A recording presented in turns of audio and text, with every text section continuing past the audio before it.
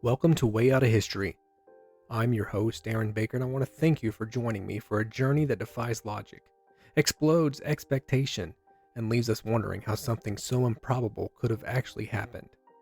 This isn't your average World War II story.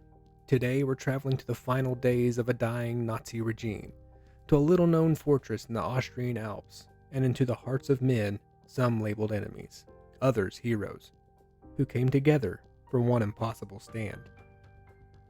Castle Itter is more than just a place on a map. It's a symbol. A literal stronghold, yes, but also a metaphorical one. A place where ideals collided, where courage was tested, and where former foes chose unity over hatred. It's a story wrapped in a paradox. Americans fighting alongside Germans, high-ranking French prisoners taking up arms, and a Nazi officer who defied his superiors to save lives he once would have been ordered to sacrifice. But for me, this story goes deeper than tactics and timelines. It's about transformation, about redemption, about what happens when a person sees past their past, when they break free from the chains of ideology or personal destruction and make a choice to do what's right. As I tell you about Castle Itter, I'll also be sharing a bit of my own testimony, because history is at its best when it meets the present, when it convicts the soul, and when it shines light on the dark corners of our hearts. So, buckle up, my friends. We're heading to May 1945. Just as Hitler's twisted dream was crashing down, and into the eye of a storm where hatred should have reigned, but brotherhood broke through instead. The setting was bleak. It was spring in Austria, and nature, as if unaware of human conflict, was blooming with fresh life. Yet the country was a fractured shell of itself. Hitler was dead. The Third Reich was in its death throes. Berlin lay in ruins, but across Europe, chaos still ruled. Soldiers were still dying. Executions were still happening.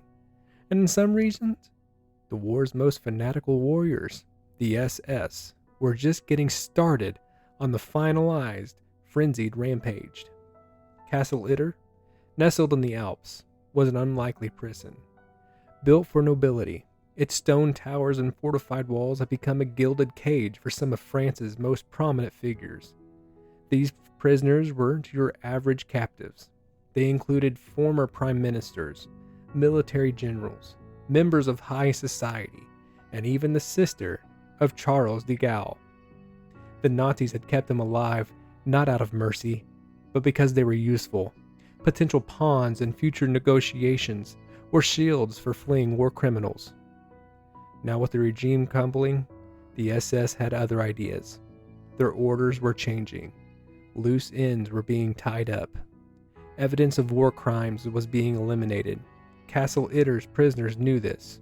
They knew their lives hung in the balance. They were isolated, nearly forgotten, and waiting for a rescue that seemed more like a fantasy than any kind of possibility. It reminds me where I once found myself, not in a physical prison, but in a spiritual one. On the outside, I wore the mask well. I went to church. I played the part. But inside, I was bitter, controlling, even abusive.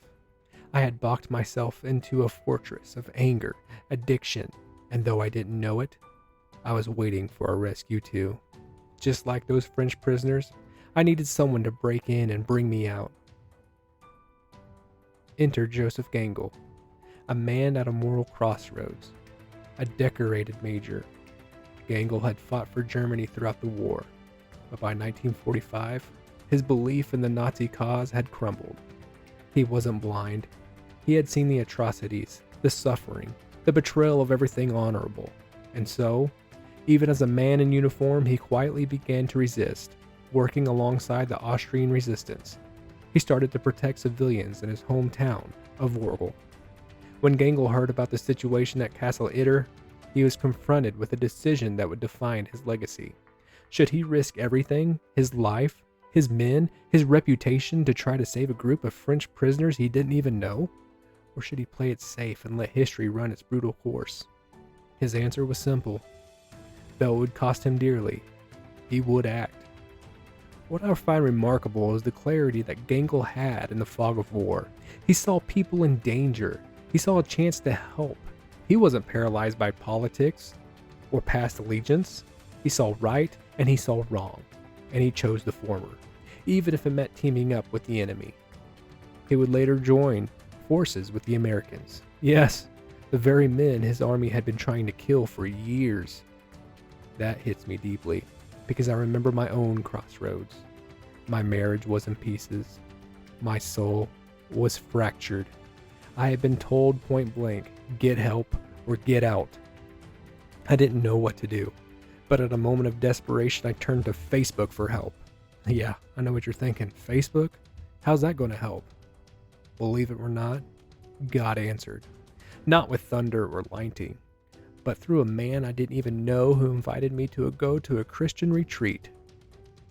Gangel reached out across enemy lines. I reached out across pride.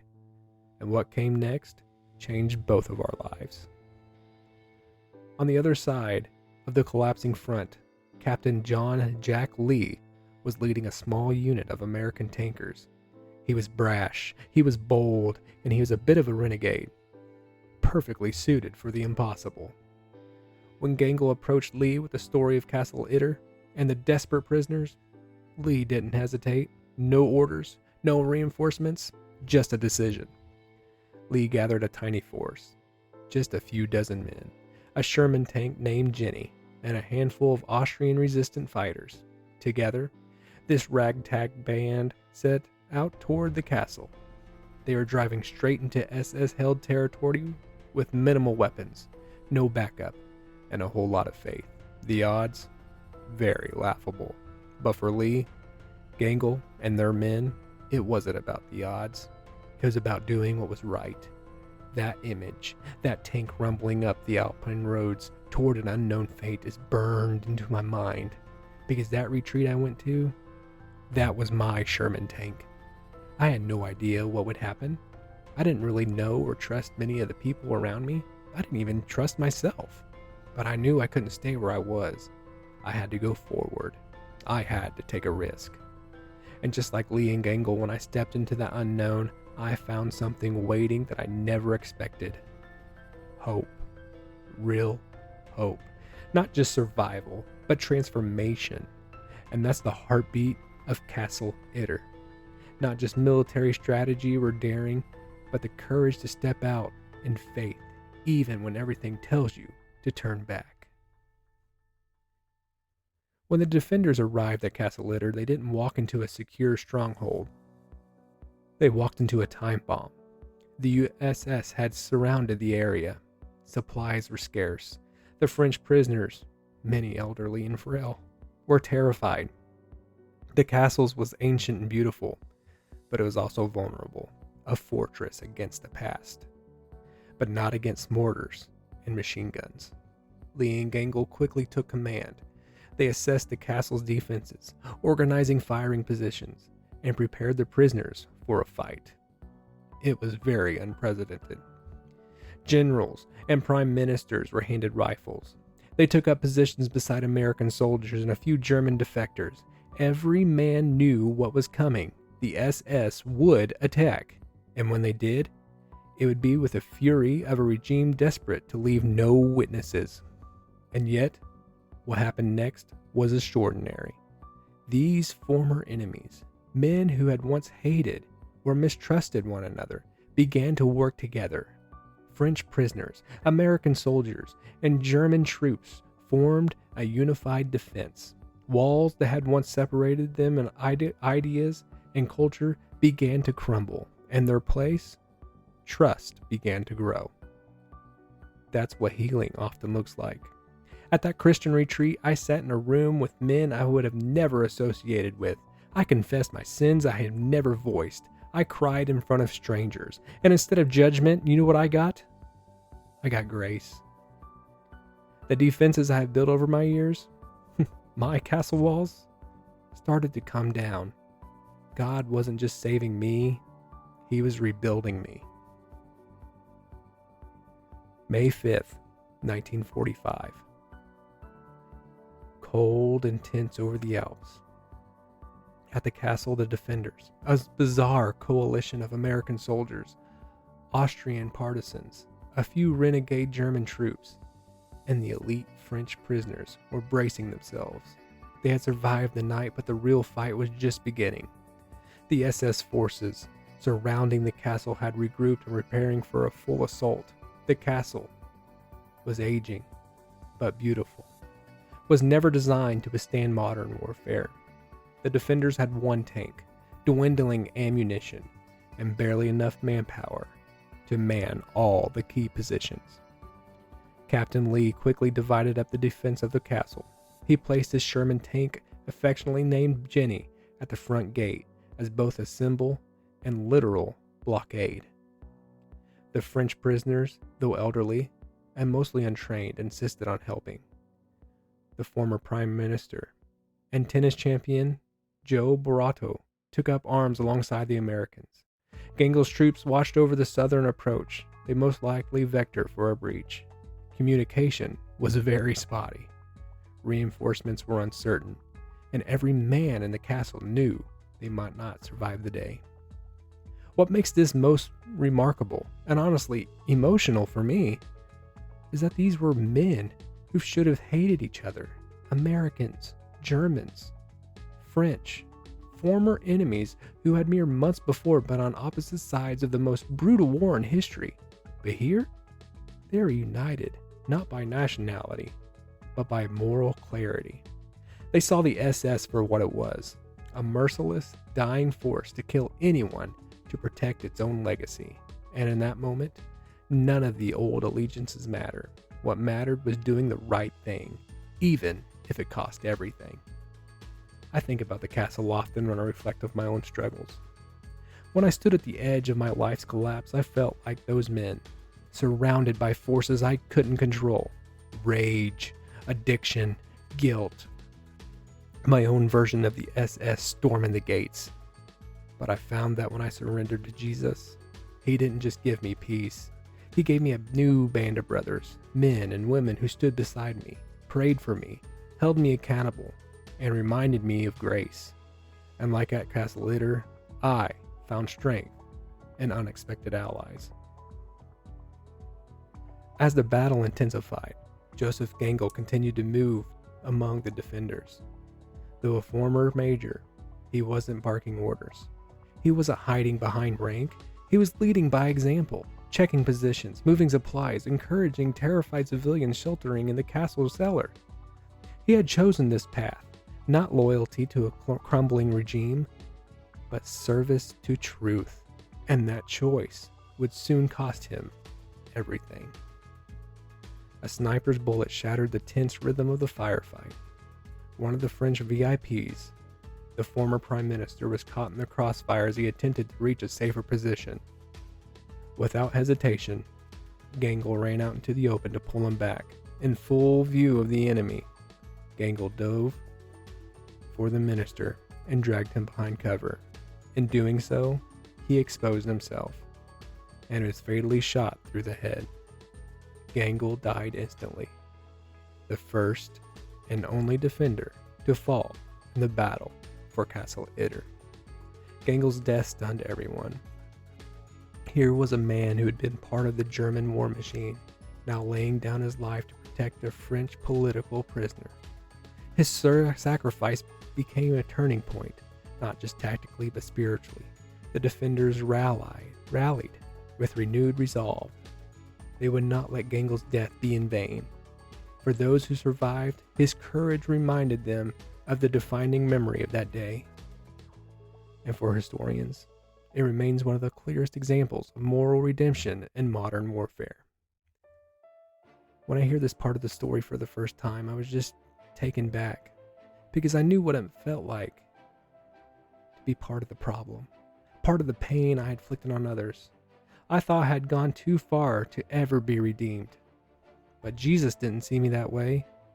He saw the broken soldier in me, the one who still had a chance. And just like Gangel, he stepped into the line of fire to rescue me. Gangel's sacrifice paints a powerful picture of the gospel. Gangel didn't save someone because they were worthy. He saved someone because it was right. And that's what love looks like. And that reflects what Jesus did for me and what he did for you. He didn't save me because I was worthy or because I was righteous. He saved me because he loved me, because he came to seek and save that which was lost. Gangel essentially did the same thing. Reinforcements from the 142nd Infantry Regiment of the 36th Division finally arrived by late afternoon. The sound of their trucks and tanks sent panic throughout the SS lines. With dwindling ammunition and morale shattered by the defenders' resolve and Gangel's martyrdom, the SS broke off their assault and retreated into the woods. For the first time in days, the castle fell silent. The siege was over. The defenders had won, against the odds, against logic, and against history itself. The liberation of Castle Itter was quickly overshadowed by the total German surrender just 3 days later.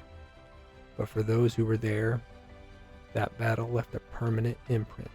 The French prisoners were evacuated safely. The American and Austrian forces returned to their units. Captain Jack Lee was awarded the Distinguished Service Cross for his bravery, and Joseph Gangel was honored by the Austrians, his name forever etched into the memory as a hero of the people. Yet what lingered most wasn't the tactical victory. It was the sense of spiritual clarity that had emerged. In that brief battle, the world had seen enemies become friends, pride give way to humility, and war give way, just for a moment, to grace. Itter became a symbol of what's possible when we refuse to let hatred write the final chapter. For me, this part of the story hits home because it reminds me that true deliverance isn't always flashy. Sometimes it looks like survival. Sometimes it looks like standing your ground. Other times, it looks like holding on to hope when everything tells you to let it go. In my journey, deliverance didn't come all at once. It came in waves, through hard conversations, painful confessions, quiet prayers, and the steady works of grace. Castle Itter reminds me that even in the final hours, God can still turn things around. And if he can do that for a war-ravaged castle in Austria, he can do that for me, and he can do that for you too. For decades, the Battle of Castle Itter was barely a footnote in history books, overshadowed by the fall of Berlin and the surrender of Nazi Germany. This bizarre but powerful skirmish was tucked away in the dusty margins of World War II lore. Only in recent years has it started to receive the attention it deserves, as historians and storytellers rediscover its unique message. Think about that. A story of unity, courage, and sacrifice nearly lost in time. How many moments like that lie buried in the past? How many stories of people doing the right, often quietly, and great cost, remain unsung? I believe we need to uncover them, not just for history's sake, but for ours, because these stories show us what's possible even in the worst of circumstances. When I consider Castle Itter, I see more than a military operation. I see a spiritual parable. Enemies becoming allies. Broken systems yielding to human conscience. People risking their lives not out of duty but out of love. It's the kind of thing that doesn't make sense without a higher truth, without grace. In my own life, there are moments I wish could be forgotten. Moments I hope people never remember. But when God redeems a life, he redeems the story too. What I once wanted buried has now become testimony. What was once shame has become fuel for others' healing. And just like Castle Itter, it's no longer a footnote, it's a headline. History has other rare moments where enemies put down their weapons and choose peace, if only for a moment. One of the most famous is the Christmas truce of 1914 during World War I. Soldiers from opposing sides climbed out of their trenches, shook hands, sang carols, and even played soccer in no man's land. It was brief. It was unsanctioned. But nonetheless, it was real. These events remind us that even in the darkest hours, the human spirit longs for connection, for something deeper than politics or commands. I think God wired us that way. We're made in his image. relational, redemptive, designed for reconciliation. War may be a product of the fall of humanity, but peace, I believe, is a glimpse of the kingdom. There was also the Berlin Airlift in 1948 to 1949. It was less violent, but it was just as powerful. As the Soviets tried to starve West Berlin into submission, American and Allied forces dropped supplies, food, coal, medicine by plane every day for months. They weren't dropping bombs. They were dropping hope. A different kind of warfare. A fight to give life, not take it. That's the kind of battle I want to be a part of. Not tearing people down, but building them up. Not winning arguments, but winning souls. And sometimes the fiercest fights are the ones for forgiveness, for choosing grace when resentment seems easier. I've had to fight those fights, especially with people I've hurt. It's humbling, but it's holy. Faith doesn't always come before the fire. Sometimes faith is forged in it. At Castle Itter, the defenders didn't expect heroism. They weren't trained for unity, but when that moment came, they rose. Not because they had all the answers, but because they chose what was right. I've seen that in my own journey. I didn't walk into that Christian retreat wanting to be a hero. I walked in broken, angry, scared. I didn't know how to pray really, much less lead it. But I cried out. And Jesus met me there. Not with lightning bolts or a burning bush or a booming voice, but with conviction, with truth and grace. And that changed everything. Since then, I've learned that fire doesn't stop after the first breakthrough. In fact, sometimes it gets a whole lot hotter. Old habits try to resurface. Old lies whisper again. But that's where faith is refined. It's where identity gets tested. And it's where you choose day after day to trust the one who saved you. Castle Itter reminds me that we don't need perfect conditions to act with courage. We just need the conviction to stand, whether in a literal war zone or a spiritual one. The battlefield belongs to God, and He equips those who say yes, even when they're terrified. Maybe today you're in a castle of your own, feeling surrounded. The enemy is closing in and your strength is nearly gone. Maybe it's addiction. Maybe it's depression. Maybe it's a marriage that's falling apart like mine was. Or even a secret that nobody knows. You're holding the line, but barely. I've been there. And let me tell you something. You're not alone.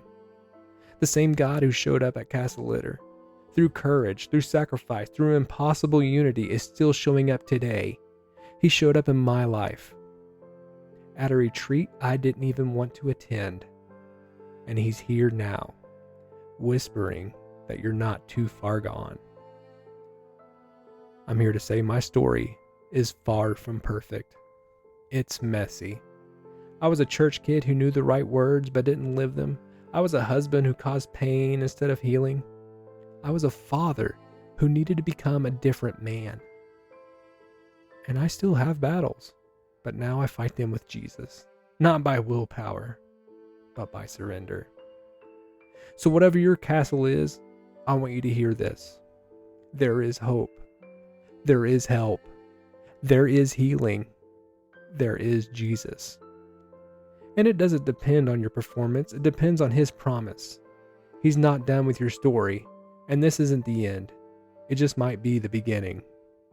Thanks for joining me on Way Out of History. Today we didn't just walk through a forgotten battle. We saw a picture of redemption, both past and present. I'm Aaron Breaker, and I pray this story moves you the way it moved me. Keep digging, keep remembering, and never forget, even in the darkest chapters of history, there's still light.